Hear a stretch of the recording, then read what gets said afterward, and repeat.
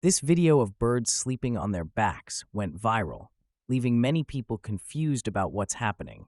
Some believe this type of bird doesn't build nests, but the real explanation is something called tonic immobility. You may have seen this in chickens when someone holds them and draws a straight line on the ground, causing them to stay still for a moment. Sharks also experience tonic immobility when flipped upside down. In the case of these small birds, it happens when you hold them and flip them over.